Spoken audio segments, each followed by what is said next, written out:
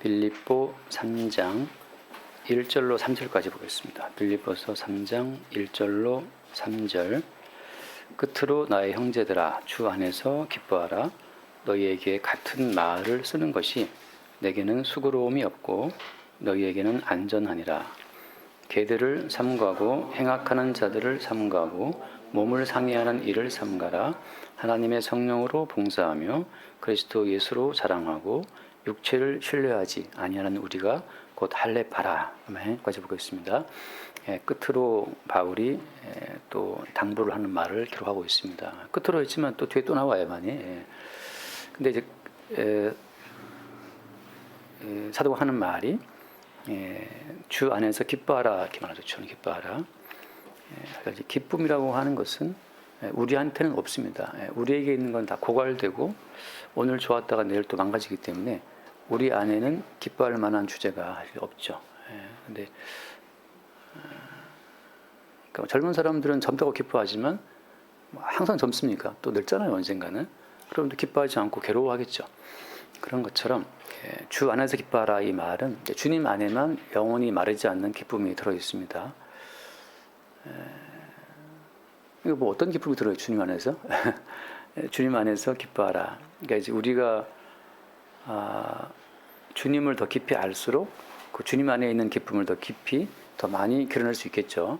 그러니까 주님을 더 깊이 알수록 그 안에 감추어져 있는 어떤 보배를 더 깊이 알기 때문에 이렇게 해서 주님 안에서 기뻐하라고 말씀하시는구나를 또 우리가 알 수 있습니다.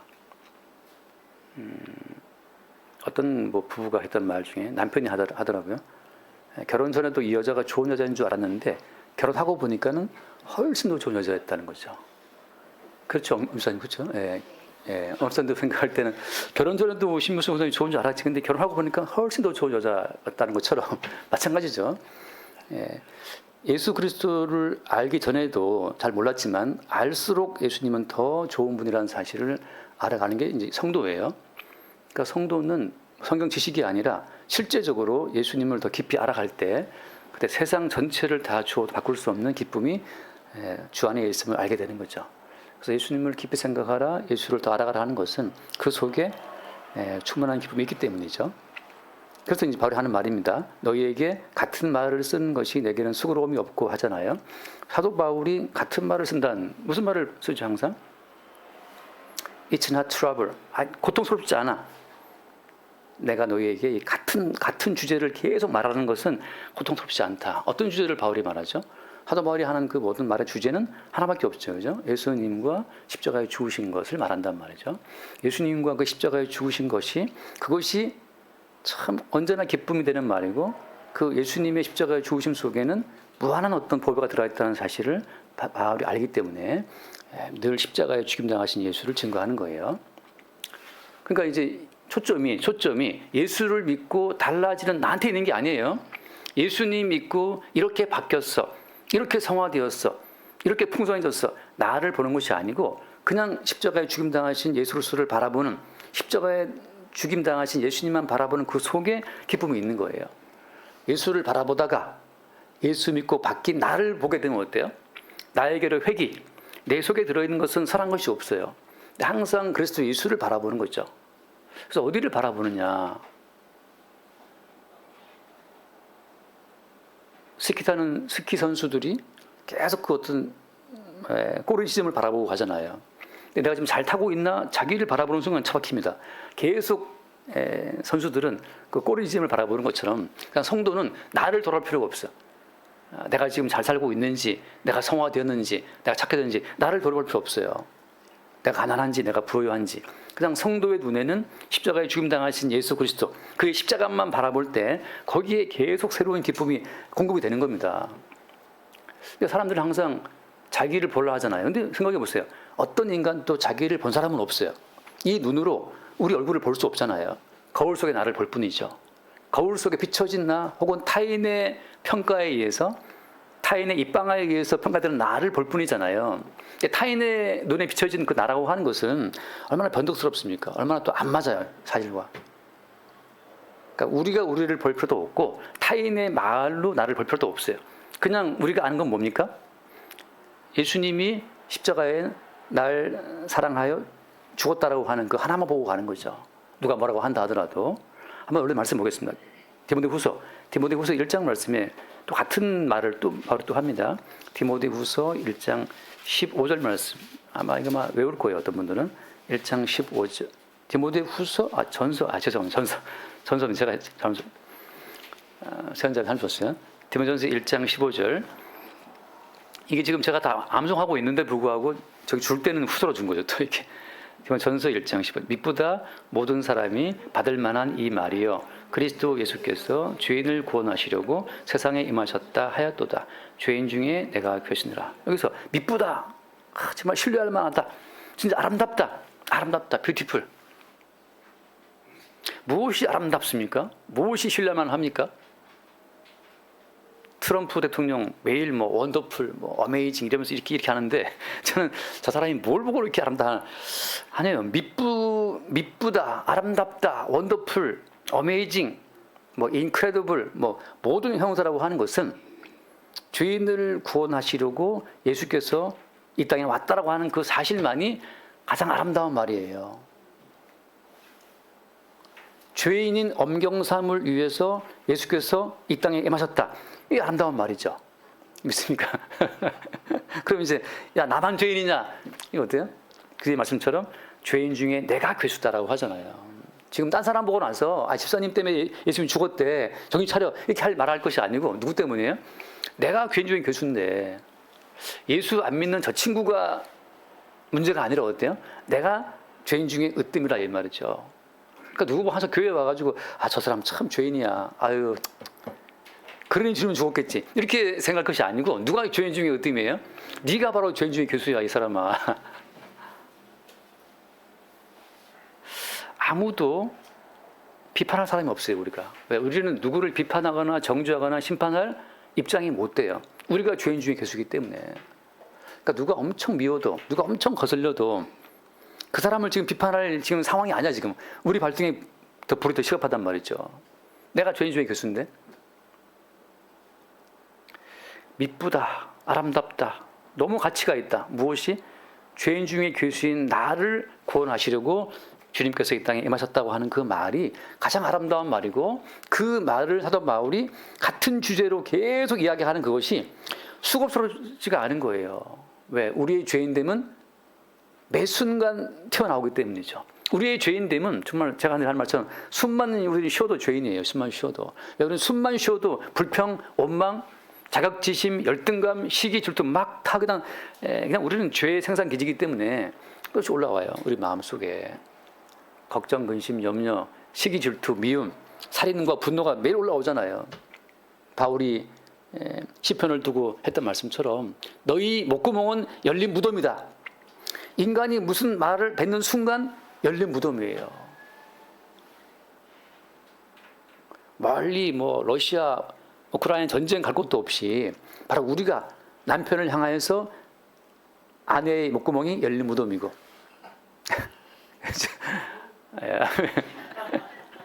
또 똑같죠, 그죠? 아내를 향하여 남편도 마찬가지로 이 목구멍이 열린 무덤이란 말이죠. 서로가 서로를 향한 저주와 원망을 쏟아내면서도 왜 살아가는 겁니까? 제가 하는 말처럼 그냥 갈라서 이혼해. 왜 붙어 있는 거예요? 그렇게 찢고 볶아도 어때? 때로는 필요하니까. 그나마 이 인간이 제일 나아. 그나마 이 인간이 없으면 나 못 살아. 그러니까 살아가는 거죠. 진작에 다 끝냈지 벌써. 근데 그나마 이 사람밖에 없어. 결혼식 때 왜 기뻐하는 겁니까? 그나마 나를 사랑해서 나와 결혼해 줄 사람이 얘밖에 없네? 그 결혼한 거지.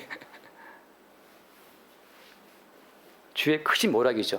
함께 붙어 있어서 한번 너희들이 얼마나 죄인지 봐라 이 말이죠. 주님께서. 이 떨어져 있을 땐 몰라요. 그냥 집에서 화장하고 나갈 때는 다 예쁜 것 같잖아요. 같이 붙어서 24시간 붙어 있어 보란 말이죠. 그 사람에서 이 분출되는 그 모든 죄의 쓰레기를 감당을 못해 내가. 똑같죠, 그죠? 그 반대편도 마찬가지죠, 그죠? 나에게 올라오는 이 죄의 이 쓰레기를 감당을 못해요. 그러니까 서로가 서로를 찌르고 한번 살아봐라. 얼마나 너희들이 죄인인지. 그렇게 서로가 서로의 죄인됨을 잔뜩 보는 그 현장에서 바울이 하는 말이 미쁘다. 모든 사람이 받을 만한 이 말이요. 그래서 예수 그리스도께서 너희들을 구원하시려고 이 땅에 임하신 거야. 이 괴수들아 하고 말씀하시는 거죠. 그때 이제 우리는 아멘 하고 받아야 되는데 너 보고 괴수래 이 인간아 하면 이제 그때부터 덕후 전쟁이 벌어지는 거지. 괴수는 너야. 네가 괴수고 남편은 2등이란 말이죠. 괴수 너고 아내는 2등이에요. 내가 교수지. 보통 착하신 분들이 환상에 빠져요. 난 착하니까, 나 예수 믿으니까, 난 천사니까. 착각을 좀 깨야 되는데 네가 바로 그 인간이야라고 하는 선지자의 책망을 한번 받을 때 그때 내가 죄인 중에 으뜸이라는 사실을 보게 되죠. 그럴 때만 어때? 그럴 때만 미쁘다 하는 이 바울의 말에 우리가 아멘 될 수 있어요. 나 같은 죄인을 위해서 주님이 이 땅에 오셨다는 사실을 고백하는 순간 그때 얼마나 십자가의 사건이 미쁘신 사건인지를 보게 되고 그 주제를 말하는 것이 우리에게 수고스럽지가 않고 늘 새로워, 늘 기쁜 거죠. 이 말씀에 아멘 됩니까 우리가? 네, 아멘 될 수 있기를 바랍니다. 그럼 사실 구원이 임한 거예요. 이 사실이 아멘만 되어도 구원 받은 사람입니다. 달리 무슨 구원을 살 것도 없어요. 내가 죄인 중에 괴수임을 내가 알고 있고 나 같은 죄인 괴수를 위해서 주님이 이 땅에 오셨다는데 그 사실 내가 아멘 받을 때 그 이상 다른 구원은 없습니다. 환상적인 구원을 찾지 말고. 자, 그래서 한번 말씀 볼게요. 그렇게 주님께서 오신 그 사건을 내가 받아들일 때 잠깐 요한복음 7장 말씀을 보면 요한복음 7장에 38절에 요한복음 7장 38절 제가 이제 이 말씀을 또 찾는 이유가 하나 있는데 같이 한번 볼게요. 38절 나를 믿는 자는 성경의 이름과 같이 그 배에서 생수의 강이 흘러나오리라 하시니 이는 그들이 믿는 자들이 받을 성령을 가리켜 말씀하신 것이라. 예수께서 아직 영광을 받지 않았었으므로 성령이 아직 그들에게 임하지 않았다. 그렇게 나와 있는데 제가 어떻게 잘못 봤네요, 그죠?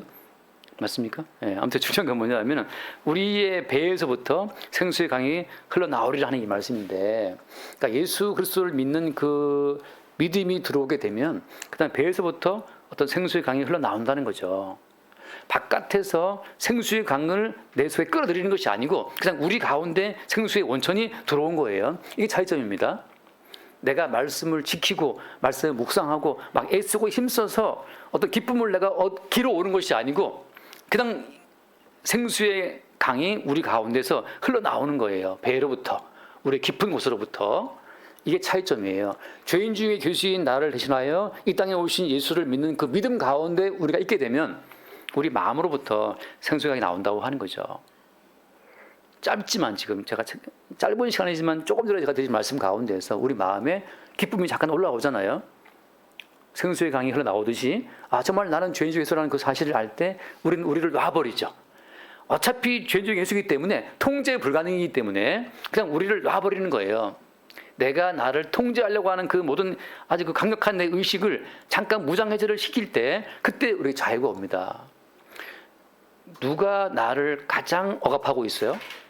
우리를 가장 억압하는 존재는 밖에 있는 것이 아니고 우리 자신이에요. 항상 우리는 선악 지식으로 24시간 우리를 감시합니다.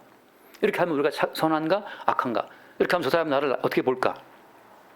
우리는 끝없이 선악 지식으로 우리를 감시하고 통제하기 때문에 우리는 쉴 수가 없어요. 근데 주님 하신 말씀은 너희들이 선악 지식으로 너희들을 통제하려는 그 자체가 죄인이라는 증거야. 죄인이라는 증거죠. 선악 지식은 훔쳐온 거기 때문에 우리 게 아니에요. 선악 지식은 훔쳐온 어떤 그 뭐라 그러죠? 훔쳐온 물건을 전문용어로 작물이라 그러나 작물이란 말이죠. 은행에서 돈을 내가 훔쳐왔어. 훔쳐온 돈으로 내가 뭘 쓴다면 계속 내가 범죄를 하고 있는 거잖아요. 그러니까 선악 지식으로 나를 통제하는 자체가 이게 또 다른 어떤 죄의 흔적들이란 말이죠.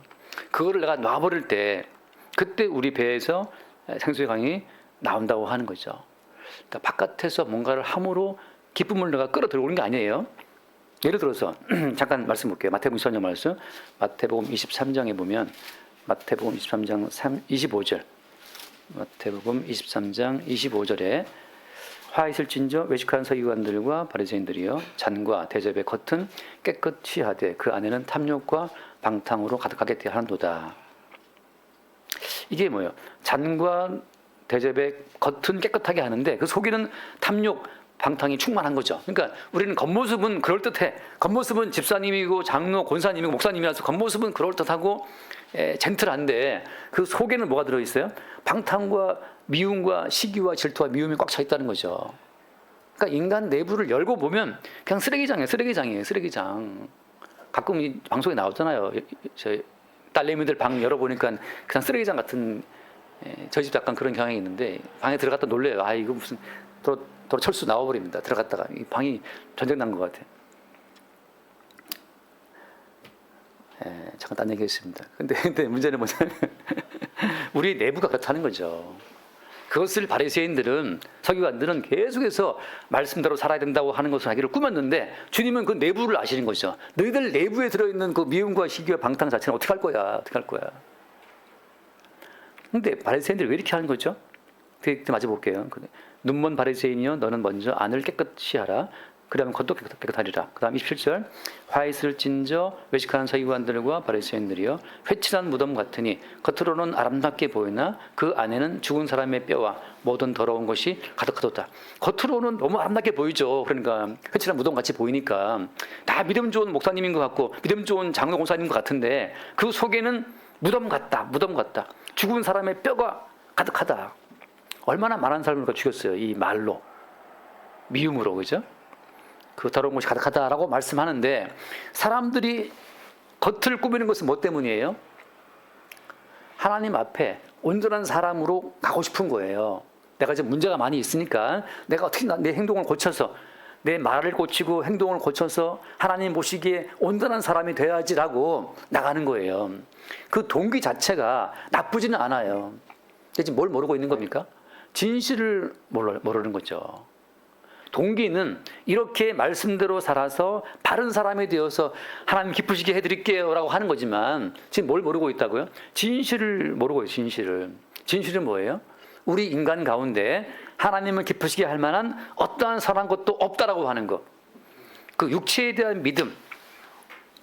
지금 오늘 예배 가운데 가장 이제 연장자는 영광스럽게 엄사님이잖아요. 1등 당첨되셨는데 근데 80년 살면서 인격을 다듬고 성품을 다듬고 이렇게 살아오니까 정말 그 마음으로부터 그냥 평화가 넘치고 마음에서부터 아름다운 것만 가득해지는가요? 그게 안 되잖아요. 다 알잖아요. 이게 만약에 내가 살아온 인생 돌아보면 난 정말 내 속에 정말 사랑밖에 없어. 이러면 약간 정신병자 아니면 자기를 모르는 인간이죠. 우리 내부에는 80년, 90년을 살아도 도대체 이 감당할 수 없는 혈기와 감당할 수 없는 이 미움과 질투와 이 어떤 분노를 통제할 수 없어요. 저희 아버님도 돌아가시는 그날까지 어머니한테 땅땅 그러시면서 말이죠. 사셨단 말이죠. 근데 아무래도 이제 이제 나이 먹어서 안 지죠. 아무래도 같이 이제 막 소리 지르면서 이제 싸우는데, 그러니까 왼수같이 싸우면서 또 밥은 챙겨드려. 먹어라, 인간아. 그런데 이제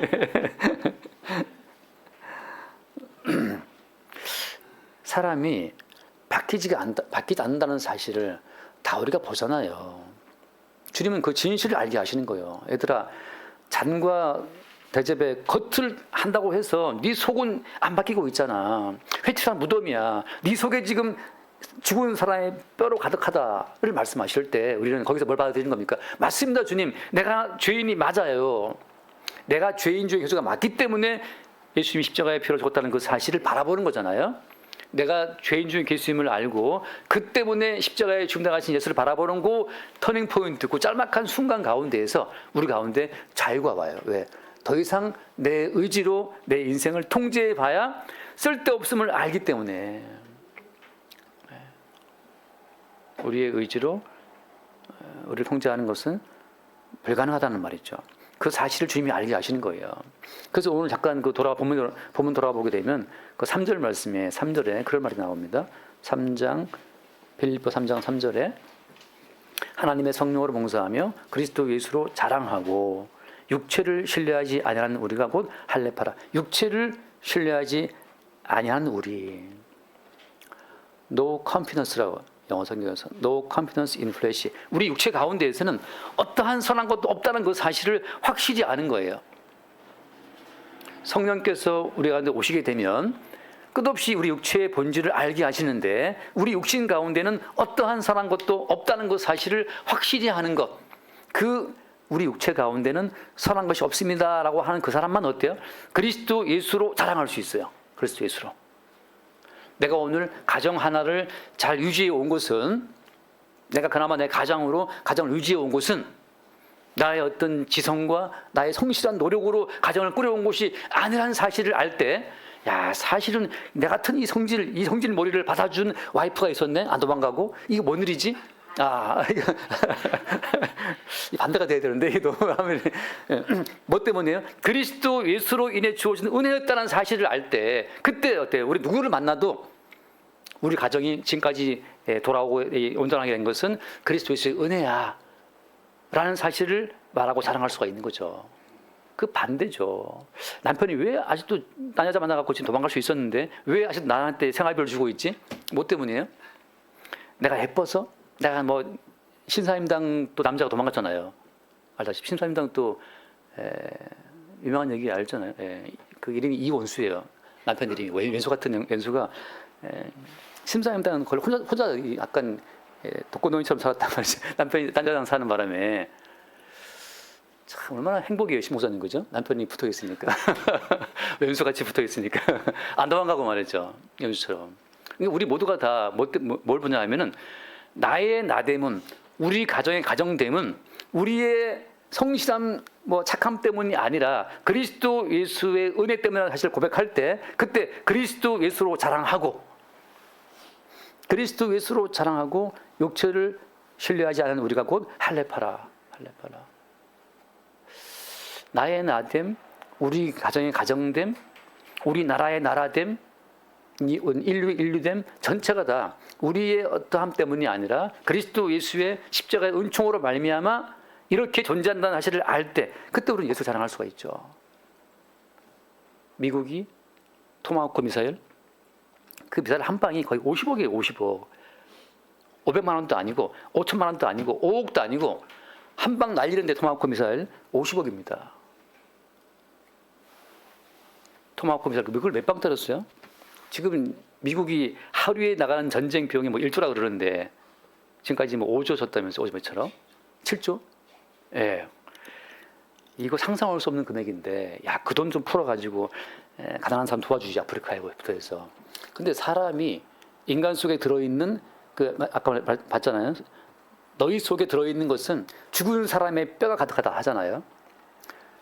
겉은 회칠한 무덤인데 겉은 그레이트 아메리카 어쩌고 뭐죠 어게인 메이커 하지만 그 속에 들어있는 건 죽은 사람의 뼈란 말이죠. 이게 누군가를 죽이지 않으면 아메리카의 영광이 나타나지가 않아요. 그게 인간의 영광이라는 거죠. 죽은 사람의 뼈로 가득 채워진 바깥의 영광. 트로피는 트럼피즘이라 그럽니까? 대단한 것 같지만 그 배후에는 엄청난 사람들의 죽음이 들어가 있는 피가 가득한 트로피란 말이죠. 우리가 누구를 바라보고 칭송할 수 있어요? 흔히 하는 말로 내가 대학 붙을 때 누구 한 명은 떨어지는 거잖아요.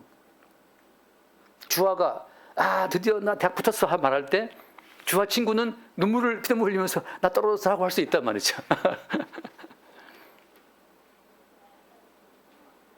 그래서 어때요? 떨어지는 것도 은혜입니다. 떨어지는 것도 네가 이웃사랑을 실천했구나. 잘 떨어졌다. 네가 떨어진 바람에 제가 들어갔으니까 우리도 모르는 사이에 이웃사랑을 실천하는 사람 될 수가 있어요. 무슨 말이냐면 범사의 모든 것, 참새 2마리의 떨어짐까지도 주의 통제에 있다는 것을 믿는다면, 모든 것이 합력하여 선을 이루시는 주를 바라본다면 우리가 우리 삶 가운데에서 불평오만할 것은 아무것도 없어요. 어떤 사람은 빚져가지고 이자를 꼭 주고 있대요. 괴롭잖아요, 그죠? 그것도 왜 이자를 내가 주고 있어? 근데 생각해 보면 마지막 때 가보면 우리는 알 수 없지만, 내가 굶주릴 때 먹을 걸 주었고라고 할 때 그 양의 민족이 말하기를 우리가 언제 줬습니까라고 하잖아요. 우리는 알 수 없어요. 우리의 돈이 나간다, 돈이 들어온다. 거기에서 나를 중심으로 보게 되면 돈을 손해 본 것이지만, 그리스도 예수의 중심으로 보게 되면 모든 만물을 경영하시는 그분의 경영 가운데에서 내 계좌의 돈을 저 사람에게 주기도 하고 저 사람 계좌의 돈을 내게 주기도 하는 겁니다. 따라서 여러분, 우리가 주체가 되어서 내가 이익되니까 할렐루야 주님, 이거 자체는 어때요? 지금 기준점이 틀린 거예요. 기준점은 만물을 경영하시는 그리스도 예수의 보좌가 기준점이에요. 어차피 주님께서는 이 땅에 계속 토마호크 날리듯이 불세례를 던지고 있단 말이죠. 모든 인간에게. 그 모든 과정을 통해서 최후로 승리하실 분은 주님밖에 없어요. 트럼프가 이기겠습니까? 다 뭐 계산했겠죠, 그죠? 그럼 이란이 이기겠습니까?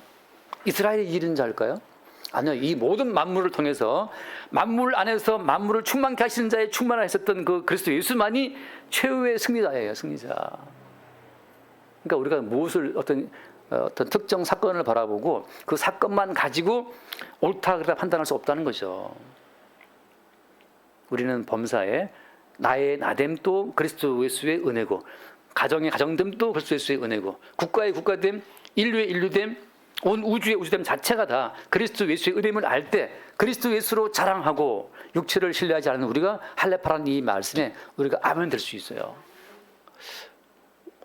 지금 많은 사람들이 뭐 전망을 하고 있는데 미국이 이기느냐, 이란이 이기느냐, 뭐 중국이 또 개입하느냐, 뭐 많은 말들이 있지만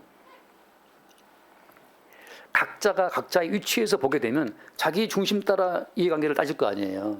근데 주님만이 모든 만물의 주체이시기 때문에, 주인이시기 때문에 주님이 홀로 이기시는 겁니다.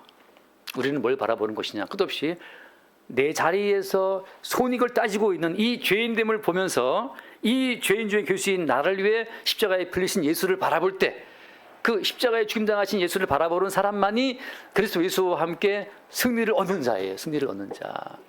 그리스도 예수의 승리에 참여하는 자가 되는 거죠. 개별적인 승리는 아무도 얻지 못합니다. 누구만 이기는 거예요? 주님만 이기고, 그 주님의 승리에 동참하는 자는 주님의 군대고, 주님의 승리에 시기하는 자, 나만의 승리를 갖고 오고자 하는 자들은 그리스도 예수의 원수로 드러나는 거예요. 그냥 우리는 아무도 인생에서 승리한 자가 우리는 아무도 없습니다. 단지 홀로 이기신 주님의 승리에 우리가 아멘하고 동참함으로 말미암아 우리는 그분의 이기심에 참여하는 거죠. 그렇게 주께서 이끌어갈 때, 자, 한 번 더 볼게요. 2절 말씀, 3장 2절 말씀에 개들을 삼가고 나오잖아요. 개들을 삼가하고 생각하는 자들을 삼가하고 몸을 상해하는 일을 삼가라 말씀하시는데, 여기에서 개들이라는 것은 뭘 말하는 거예요?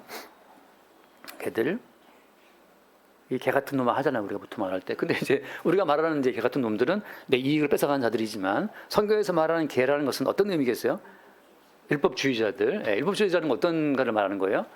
율법으로 자기의 의를 쌓으려는 자들이잖아요. 근데 그것이 왜 개가 되는 거죠? 근데 율법으로, 윤리와 도덕으로, 어떤 규칙으로 나의 삶을 바르게 세워가는 것이, 그게 왜 개가 되는 겁니까?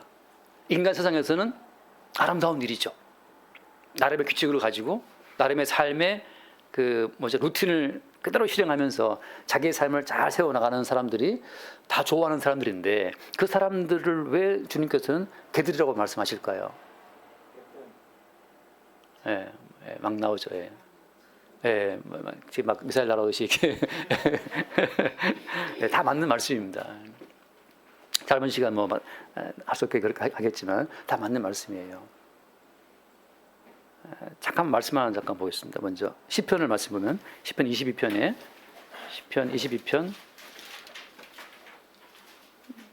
16절 말씀 보면 20편 16절 개들이 나를 에워쌌으며 악한 무리가 나를 둘러 내 수족을 찔렀나이다. 개들이 나를 포위했단 말이죠. 에워쌌어요. 악한 무리가 나를 둘러 내 수족을 찔렀다. 그 다음 내가 내 모든 뼈를 셀 수 있나이다. 그들이 나를 주목하여 보고 내 겉옷을 나뉘며 속옷을 제비 뽑나이다. 여기서 이제 이 시편 말씀 자체를 이제 겉옷을 나누고 제비 뽑고 하는 이 모든 말씀이 어떻게 이루어지죠? 예수님이 이루어지잖아요. 그러니까 예수님의 십자가의 사건을 근거로 해서 이 말씀을 보는 거예요. 따라서 예수님을 십자가에 못 박아놓고 겉옷을 나누고 속을 제비 뽑아 가면서 예수를 조롱하면서 예수를 찌르는 자들, 그 십자가에 못 박아놓고 예수를 찌르는 그 모든 자들이 누구예요? 그들이 개들이란 말이에요. 개들이 나를 에워쌌다. 그 개들이 누구였습니까? 대제사장과 서기관과 바리새인들이죠. 그들이 예수를 왜 찌른 거예요? 예수님께서 인간의 모든 육체적인 의를 다 부정하기 때문에, 어릴 때부터 모든 계명을 지키고 1회에 2번 금식하고 11조를 드리고 이렇게 많이 구제하고 선행을 한 그들을 향해서 주님께서 너희들은 회칠하는 무덤이다. 이들 속에 죽은 인간의 뼈가 가득해. 뱀들아, 독사의 새끼들아 하고 인간적인 의를 향하는 그 모든 무리를 향해 주님께서 그들의 의를 다 부정하는 것 때문에 그들이 예수를 죽이는 거잖아요. 근데 인간 세계에서는 오히려 예수가 이상한 인간이에요. 사람이 다 나름 자기를 통제하고 욕하고 싶지만 참고 뒤에 와서 씹더라도 앞에서는 욕하지 않고 네 하고 웃잖아요. 제가 신동엽이라는 그 개그맨 잠깐 짧은 영상을 보고 이 사람의 인기가 오래가는 이유가 있구나 싶었던 게 뭐냐면 그 이제 뭐 제목은 모르겠어요. 아무튼 신동엽이랑 모여서 뭐 이렇게 마시면서 딱 떠드는 게 있더라고요. 예. 거기서 이제 상대방이 물었어요. 근데 신동엽 씨는 미운 사람은 어떻게 하냐? 미운 사람. 혹시 미운 사람 있지 않느냐? 그때 했던 그 말이 아주 인상적이었어요. 신동엽 씨의 말이 이겁니다. 미운 사람이 있다는 거죠. 있는데 자기는 죽을 때까지 그 사람이 내가 그를 미워하는 줄을 모르게 한다는 거죠. 속에서는 미워 죽겠는데 그 사람은 절대 내가 미워하는 걸 몰라. 나는 안 만나고 싶은 사람인데 만나면 그 사람이 나의 미움을 눈칠 수 없도록 해준다는 거예요. 이게 보통 자제력입니까? 이게 보통 절제력이에요. 이렇게 오랫동안 인기를 누리는 이유는 뭐냐면 누구를 만나도 내가 이 사람 밉지만 절대 그 사람은 내가 그를 미워하는 줄을 몰라. 다 이들은 생각할 때 이 동엽 씨가 자기를 좋아하는 줄 알아. 이건 뭘까요? 이런 인생이 좋습니까, 여러분? 이런 인생이 좋다는 분 1번, 아니야, 나는 티 낼 거야 2번. 근데 대부분의 사람은 티를 낼 수밖에 없어요. 인상이 찌그러지든 간에 아무튼 간에 낼 수밖에 없잖아요. 얼마나 머리를 쓰고 얼마나 자제력을 발휘하기 때문에 그 사람은 내가 미워하지만 그는 내가 그를 좋아하는 줄 알아.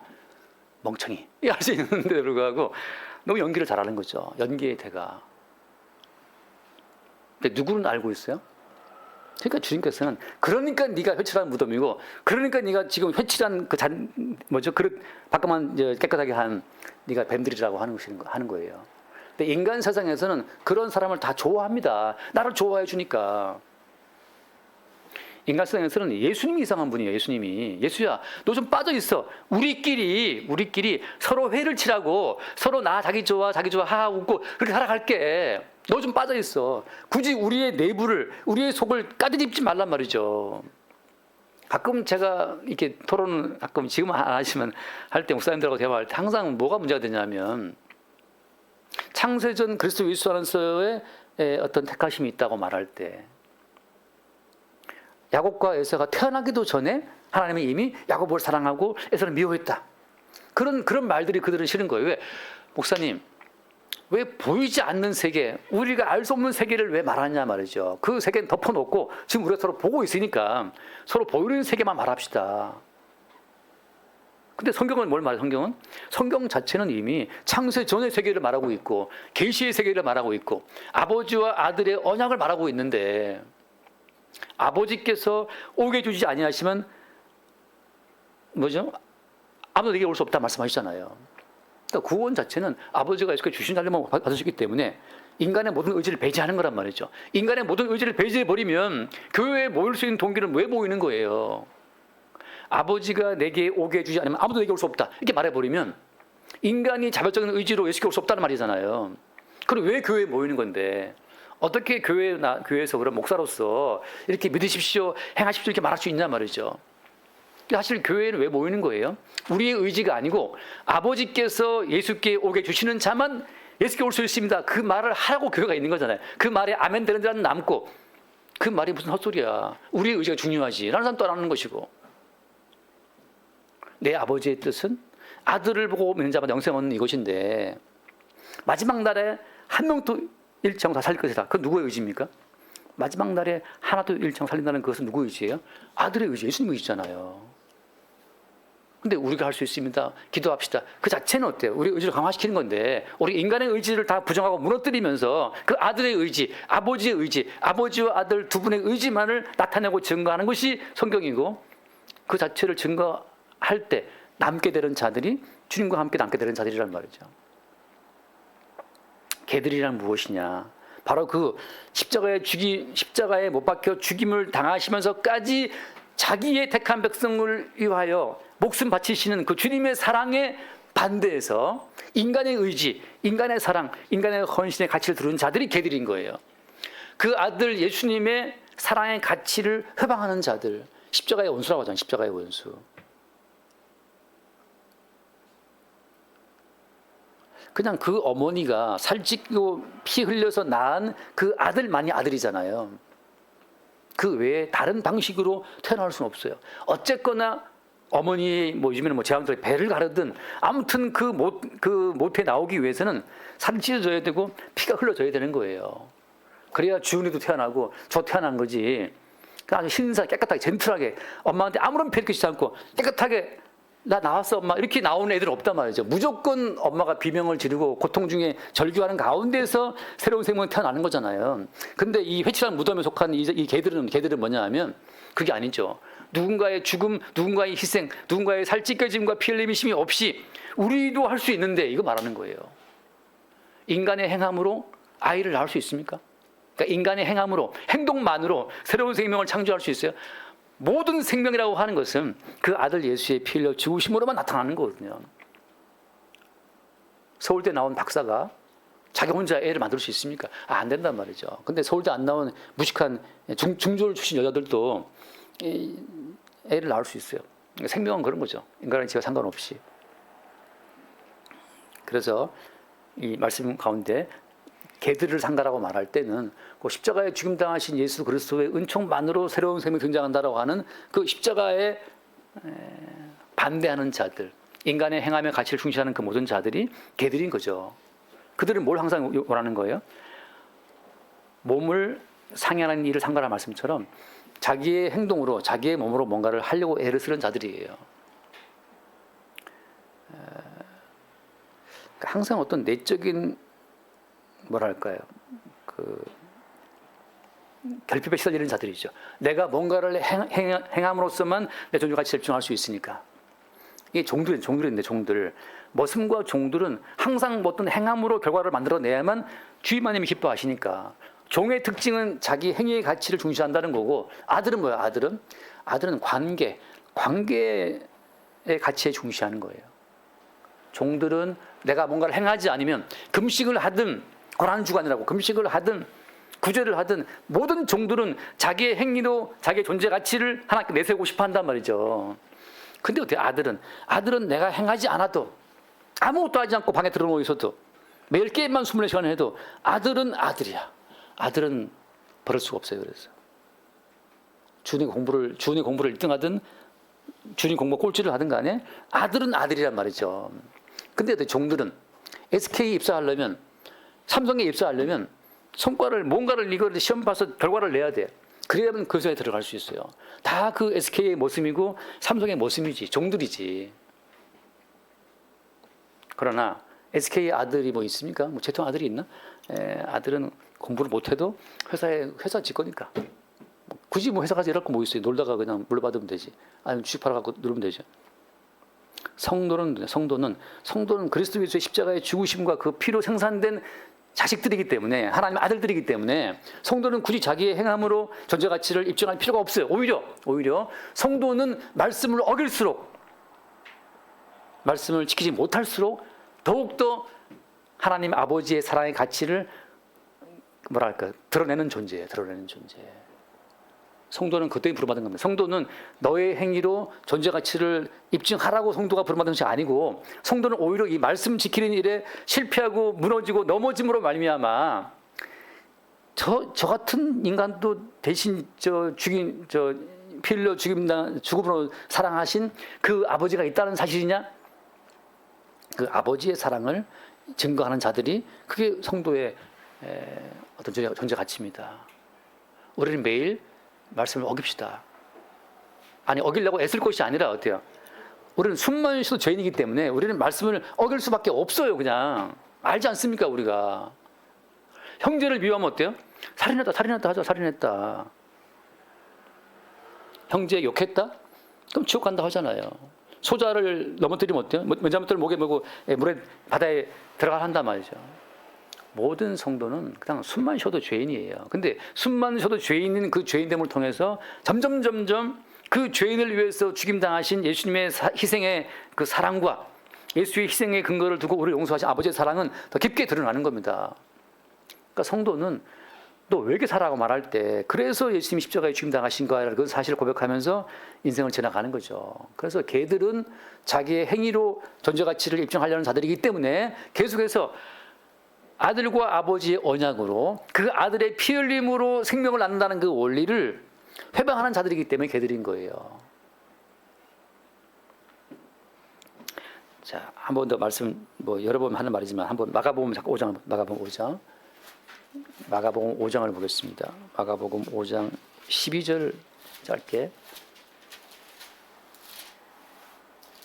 마가복음 5장 12절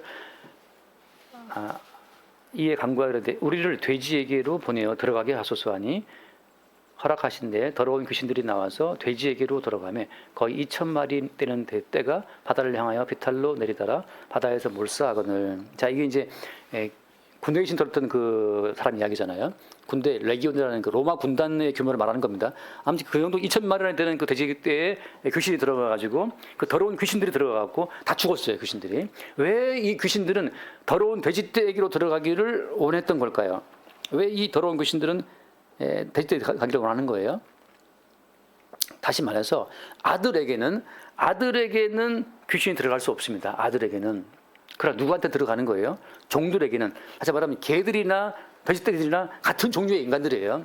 어떤 인간들이냐? 그 뒤에 제가 다 안 봤지만 이 2,000마리 되는 돼지떼가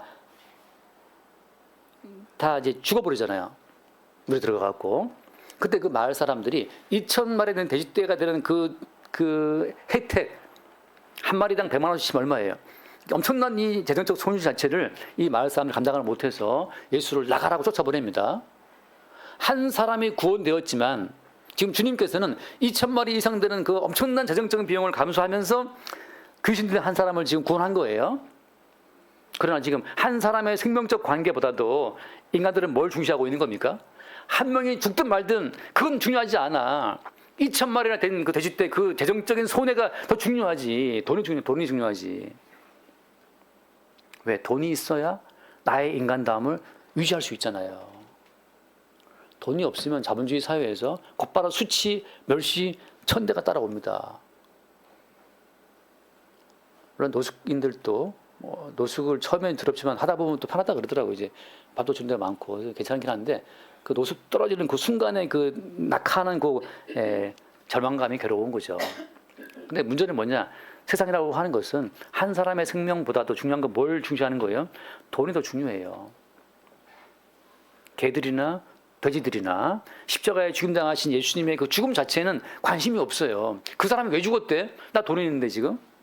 십자가에 죽임당하신 예수 그리스도로 말미암아 살고 있다는 인식이 아무한테도 없어요. 그들은 지금 뭐가 있냐? 돼지들이 주는 그 풍족함, 그 돈으로 살고 있다는 믿음이 강한 거죠. 그들이 개들이란 말이에요. 돼지란 말이죠.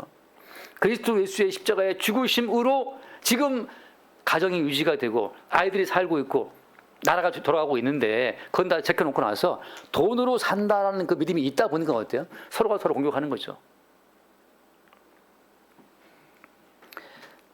하나만 더 마치겠습니다. 고린도후서 6장 말씀은 고린도후서 6장 9절 말씀 6장 9절 무명한 자 같으나 유명한 자여 죽은 자 같으나 보라 우리가 살아있고 징계를 받는 자 같으나 죽임을 당하지 아니하고 같이 봅시다. 근심하는 자 같으나 항상 기뻐하고 가난한 자 같으나 많은 사람을 부유하게 하고 아무것도 없는 자 같으나 모든 것을 가진 자로다. 성도는 아무것도 없는 자 같은 자들이에요. 성도는 내 것은 아무것도 없어요. 왜? 성도 자체가 이미 그리스도 예수의 것이기 때문에 성도는 자기 이름으로 등기친 것이 아무것도 없어도 상관없어요. 왜? 성도 자체가 그리스도 예수의 것이기 때문에. 내 인생은 나의 것, 내 인생은 나의 것이기 때문에 어때요? 2,000마리 돼지떼가 주는 풍요로움이 필요한 것이지만 내 인생이 내 것이 아니고 나 자체가 이미 주님 것으로 바뀌었기 때문에 성도의 삶 자체는 누가 챙기는 겁니까? 주님이 챙기시는 거란 말이에요. 여기서 이제 말도 안 되게 생각할 수 있어요. 그러나 아무도 없는 자 같은데 사실은 어때요? 모든 만물의 주인이신 주님의 것이기 때문에 주님의 것이 우리 거란 말이죠. 이 반복 속에서 성도가 내 것을 내가 챙겨야지라고 하는 그 순간에 그것이 개라는 것을, 돼지라는 것을 알게 하시는 그 순간에 이미 어때? 그 속에 뭐가 들어가 있는 겁니까? 돼지가 주는 그 풍요로움은 나에게 필요해. 나의 행위로 내가 살 수 있어라고 하는 그 믿음은 항상 더러운 귀신이 들어와 있는 믿음인데, 그 더러운 귀신이 쫓겨나가는 그 순간이 어때요? 2,000마리나 되는 돼지떼가 다 죽는단 말이죠. 더러운 귀신은 그냥 가는 게 아니에요. 더러운 귀신 나갈 때 반드시 내가 꽉 잡고 있었던 그 돈이 나간다니까요. 돈이. 여러분, 귀신이 막연한 존재가 아니고, 귀신은 어디랑 붙어 있다고요? 내가 그렇게 붙잡고 싶어하는 그 돈과 붙어 있어요. 주님이 귀신 내보낼 때 귀신만 나가는 게 아니고, 어때요? 주님이 그 돈을 함께 갖다가 버림으로 말미암아서 따라서 귀신이 나가는 겁니다. 그러니까 우리는 돈도 벌면서 돈은 지키고 있으면서 귀신만 나가라 귀신이 안 나가요. 왜? 귀신은 그 돈 속에 같이 숨어있는 돈 잡고 있는데, 건강을 잡고 있잖아요. 건강을 쳐야만 같이 나가는 거예요, 귀신이. 우리는 생각하죠. 예수 믿고 귀신도 나가고 돈도 많이 벌고 모든 걸 추구하지만 아니에요. 예수님도 생명을 얻기 위해 십자가에 자기를 목숨을 버린 것처럼 반드시 우리도 우리 삶 가운데 뭔가가 빠져나가야만 그 돈을 잡고 있었던 귀신이 같이 나가는 거란 말이죠. 그때 우리는 뭐라고 생각하는 겁니까? 내 것은 아무것도 없지만, 뭐라고 했어요? 아까 저는 모든 것을 가진 자로다라고 할 때, 어차피 주님께서 야, 네가 따로 네 이름으로 소유할 거 없어. 따로 네가 네 이름으로 뭔가를 등기칠 필요 없어. 모든 만물은 그리스도 예수의 것이라고 하는 것으로 딱 등기가 쳐져 있어요. 그리스도 예수의 것인데 우리 가운데 취미처럼, 오락처럼 우리 가운데 우리 이름으로 등기된 서류가 주어져 있는 거죠. 그 내 이름으로 등기쳐진 것을 내가 믿는 순간 귀신이 들어와서 자리를 잡는 겁니다. 야, 돈 없이는 죽어. 이거 있어야 돼. 이거 있어야 돼. 그러나 주님께서는 2,000마리의 돼지들을 몰살시킴으로 말미암아서 우리가 붙잡고 있는 그 모든 것을 함께 버리는 과정을 통해서 더러운 귀신을 쫓는 거예요. 우리가 알잖아요. 애굽에서 나올 때 이스라엘 사람들이 광야로 들어오잖아요. 광야에서는 아무도 소유할 수 없어요. 나중에 그나마 갖고 나면 모든 것도 어떻게 합니까? 결국은 다 성전을 다 써버린다. 성막지를 쓴단 말이죠. 아무것도 없는데 40년 동안 광야에서 살았다라고 하는 것은 동화 같은 이야기예요. 아무것도 없는데 40년을 광야에서 살았어? 어떻게 마셨어? 어떻게 먹었어? 어떻게 그 낮에 더위와 밤의 추위를 피했어? 어떻게 그 사막의 불뱀들을 피했어? 그리스도 예수로 자랑하고 우리는 돼지떼가 주는 돈도 없지만 그리스도 예수로 산다는 그 사실 자랑할 때 그들이 할례파란 말이죠. 십자가에 죽임당한 예수와 함께 우리를 매일 죽이시는 그 죽음 가운데 할례파됨이 드러나는 겁니다. 나의 나됨은 은혜였다. 매 순간 우리가 붙잡고 있는 이 보이는 세계의 어떤 가치를 주님이 뽑아낸과 동시에 우리 속에 들어있는 악한 영도 뽑아내시는 그 과정으로 우리의 인생이 지나간다는 사실을 볼 수 있기를 바랍니다. 기도하겠습니다. 주님 감사합니다. 날마다 우리 됨의 원천이 우리에게 있지 않고 십자가에 죽임당하신 예수의 희생에 있음을 알게 하시고 우리를 지키기 위해 붙잡고 있는 모든 것들, 우리의 가치를 지키려고 우리가 소유하는 모든 것들을 주님이 날마다 뽑아내시고 버림으로 말미암아 우리 안에 주의 나라를 세우시는 그 작업을 매일 발견하고 찬송할 수 있도록 우리를 인도하여 주옵소서. 우리 주 예수를 기도드립니다. 아멘.